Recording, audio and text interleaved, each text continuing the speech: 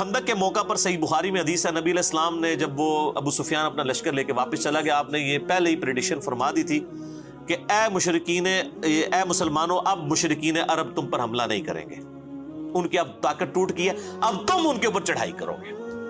اور وہی ہوا۔ پھر آپ علیہ السلام نے یہ 5 ہجری میں غزوہ خندق ہوئی، 6 ہجری میں آپ علیہ السلام نے آپ کو اللہ تعالیٰ نے ایک خواب دکھایا، اس خواب کا ذکر بھی قرآن کے اندر موجود ہے۔ اسی صورت میں آپ نے خواب میں دیکھا کہ آپ یعنی عمرے کے لیے تشریف لے گئے ہیں اور آپ کے اصحاب بھی ساتھ ہیں، اور کوئی حلق کروا رہے ہیں، کوئی قصر کروا رہے ہیں، اور نبیوں کا خواب تو وہی الہی ہوتا ہے، جیسا کہ سورہ الصافات میں ہے کہ ابراہیم علیہ السلام نے خواب دیکھا کہ میں اپنے بیٹے کو ذبح کر رہا ہوں، تو انہوں نے اپنے بیٹے سے ڈسکس کیا، تو وہی الہی ہے، یہ نبی کا خواب جو ہے۔ بخاری مسلم کی حدیث ہے، نبوت کا 46واں حصہ۔ تو آپ نے اپنے صحاب سے کہا کہ یہ مجھے اللہ نے حکم دے دیا اصل میں، اور حکم یہ ہے کہ عمرہ کرنا ہے۔ اچھا، یہ عمرہ ایک یونیک عمرہ تھا جس میں قربانی کا جانور بھی ساتھ لے کے جایا گیا۔ ویسے قربانی کا جانور تو آپ حج قران کے اندر ساتھ لے کے جاتے ہیں، عمرے کے لیے بھی قربانی کا جانور لے کے جایا جا سکتا ہے۔ تو اسلحہ بھی ساتھ لیا، لیکن وہ بند اسلحہ تھا، یہ بھی ڈر تھا نا کہ کوئی حملہ نہ کر دے۔ تو بخاری مسلم میں آتا ہے کہ 1400 اصحاب، اور ایک روایت میں آتا ہے 1500، یعنی 1500 کے قریب اصحاب تھے جو آپ صلی اللہ علیہ وآلہ وسلم کے ساتھ عمرے کے لیے تیار ہو گئے جانے کے لیے۔ اب وہاں پہ مشرکین عرب کو یہ اطلاع پہنچ گئی، اب ادھر تو کھلبلی مچ گئی، انہوں نے کہا لو جی ہم پہ حملہ کرنا ہے، آ رہے ہیں، اور یہ عمرے کے بہانے آ رہے ہیں۔ تو انہوں نے خالد ابن ولید کو اور ایک اور شخص کو جو ابھی تک مسلمان نہیں ہوئے تھے بھیجا جاسوسی کرنے کے لیے۔ انہوں نے آ کے جب دیکھا کہ بھئی یہ تو مطلب اس ارادے سے نہیں آئے ہیں، اور کوشش بھی کی کچھ لوگوں کو یعنی چھیڑخانی کرنے کی کہ یہ ہمارے ساتھ لڑائی کرتے ہیں کہ نہیں۔ نبی علیہ السلام نے حکم فرمایا تھا کہ اگر وہ چھیڑخانی کرے بھی جواب نہیں دینا۔ ان کو خیر یقین ہو گیا، انہوں نے جا کے واپس رپورٹ کی کہ یہ تو اس لیے نہیں آ رہے ہیں۔ لیکن ابو سفیان اور باقی لوگوں نے کہا کہ نہیں یہ تو اس طرح، تو ہم قریش مکے کے سردار ہیں، یہ کس طرح اس طرح آ سکتے ہیں، ہماری ناک کٹ جائے گی، ان کو روکو، نہیں آنے دینا۔ اب بیچ میں کچھ ایسے لوگ بھی شامل ہوئے جنہوں نے سمجھایا کہ بھئی تمہاری پوری دنیا کے اندر بے عزتی ہوگی، حرم تو سب کے لیے ہے، اور تم یہ حرم کی بنیاد کے اوپر ہی ساری یہ روٹی روزی تمہاری چل رہی ہے، باہر کے لوگ آتے ہیں، اور حرم جو ہے یہ ایک انٹرنیشنل سٹی ہے، سب لوگ ادھر آ سکتے ہیں حج عمرے کے لیے، تم کیسے اس کو روک سکتے ہو، تو بدنامی ہوگی۔ بہرحال خیر یہ سارے معاملات چلنا شروع ہوئے۔ یہ پوری ڈیٹیل آپ کو غزوہ جو صلح حدیبیہ کا چیپٹر ہے بخاری میں اور مسلم میں، یہ پوری ڈیٹیل آپ کو اس میں مل جائے گی۔ الٹیمیٹلی انہوں نے عروہ ابن مسعود کو جو ہے نا بھیجا نبی علیہ السلام کے پاس ڈسکشن کے لیے کہ آپ واپس چلے جائیں۔ اس نے آ کے نبی علیہ السلام کو بڑا یعنی ڈرایا اور دھمکایا، یعنی جا کے خیمے کے اندر کہ یہ تمہارے ساتھی جو ہیں تمہیں چھوڑ کے چلے جائیں گے، اور تم اس طرح نہ کرو، ہو سکتا ہے تمہیں مار دیں قریش مکہ، اور یہ وہ۔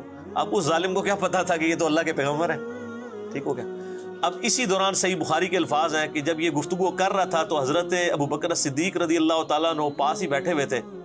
آپ کو بڑا سخت غصہ آیا، یعنی ایک شخص حضور کے منہ پہ آ کے یہ دھمکی دے رہا ہے کہ تجھے تیرے ساتھی چھوڑ جائیں گے جو تیرے لیے اتنی قربانیاں کر رہے ہیں، تو نے اپنی جان بچانی ہے تو واپس چلا جا۔ اب اتنی گستاخانہ جملہ کون شخص سن سکتا ہے؟ تو حضرت ابو بکر رضی اللہ تعالیٰ عنہ کو بڑا غصہ آیا، اور آپ نے اس کو وہاں پہ بڑے سخت الفاظ کہے، اور جس کو آج کل ہمارے علماء نے دلیل بنایا ہوا ہے گستاخان رسول کو گالیاں نکالنے کی، حالانکہ وہ اس طرح ہے ہی نہیں تھا۔ وہ تو انہوں نے وہ بات کی جو کرا کرتے تھے، تو چونکہ وہ اپنے بت لات اور منات کی شرمگاہوں کو چاٹتے تھے، یہ ان کی ایک عبادت کا تصور تھا۔ جس طرح ہمارے بھی پنجاب کے اندر ایک ایسا دربار ہے جہاں پہ یعنی لکڑی کے بنا کے شرمگاہیں لٹکائی ہوئی ہیں، اور لوگ وہاں پہ مطلب جاتے ہیں، چڑھاوے بھی چڑھاتے ہیں۔ تو حضرت ابو بکر کو اتنا غصہ ہے کہ تم نبی علیہ السلام سے اس طریقے سے گفتگو کر رہے ہو، تو انہوں نے کہا جاؤ تم لات اور منات کی شرمگاہیں چاٹو، جو تمہارا کام ہے۔ یہ آپ نے گالی نہیں دی تھی، جو وہ کرتے تھے وہی کہا تھا۔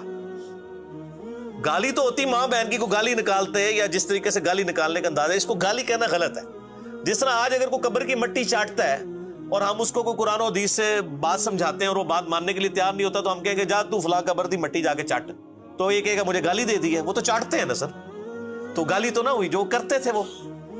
خیر میرا یوٹیوب پہ کلپ بھی ہے، گستاخوں کو گالیاں دینا کیا ثواب کا کام ہے، تو اس میں میں نے ان کے سارے دلائل ذکر کیے ہیں قرآن و حدیث میں جو وہ پیش کرتے ہیں۔ پھر حضرت مغیرہ ابن شعبہ رضی اللہ تعالیٰ عنہ بھی پاس کھڑے ہوئے تھے، اور وہ تھوڑی تھوڑی دیر بعد بخاری کے الفاظ ہیں کہ اس کی عادت تھی وہ حضور کی داڑھی کی طرف نہ ہاتھ بڑھاتا تھا بات کرنے میں نا، اس کا ایک بعض لوگوں کا ایک عادت ہوتی ہے نا، تو یہاں پہ بھی بعض لوگ جو ہیں وہ کسی کو منانے کے لیے اس کے داڑھی کو ہاتھ، تھوڑی کو ہاتھ لگاتے ہیں. تو جب وہ داڑھی کو ہاتھ لگاتا تو حضرت مغیرہ ابن شعبہ جو ہے نا وہ اپنی تلوار کا جو دستہ ہے نا بیک سائڈ کے اوپر، وہ اس کے ہاتھ پہ یوں مارتے کہ پیچھے کر گستاخ، اپنے ناپاک ہاتھوں کو نبی علیہ السلام کی داڑھی سے پیچھے کر. اچھا، تو اسی میں آتا ہے کہ جب حضرت بکر نے اسے کہا تو اس نے کہا ابو بکر میں تجھے جواب دے سکتا ہوں اس بات کا، لیکن تیرا میرے اوپر احسان ہے، میں اپنی زبان بند کرتا ہوں. لیکن حضرت مغیرہ ابن شعبہ کے بارے میں جب بات ہوئی تو اس نے پھر کہا کہ بھی اس کو پھر انہوں نے، یعنی اس نے جواب دیا اور ان کی کوئی پرانی غلطی ذکر کر دی کہ انہوں نے وہ کہیں پہ چوری کی تھی، کوئی ڈاکہ مارا تھا اور مال لوٹ کے لے آئے تھے، اس کے بعد وہ مسلمان ہو گئے تھے.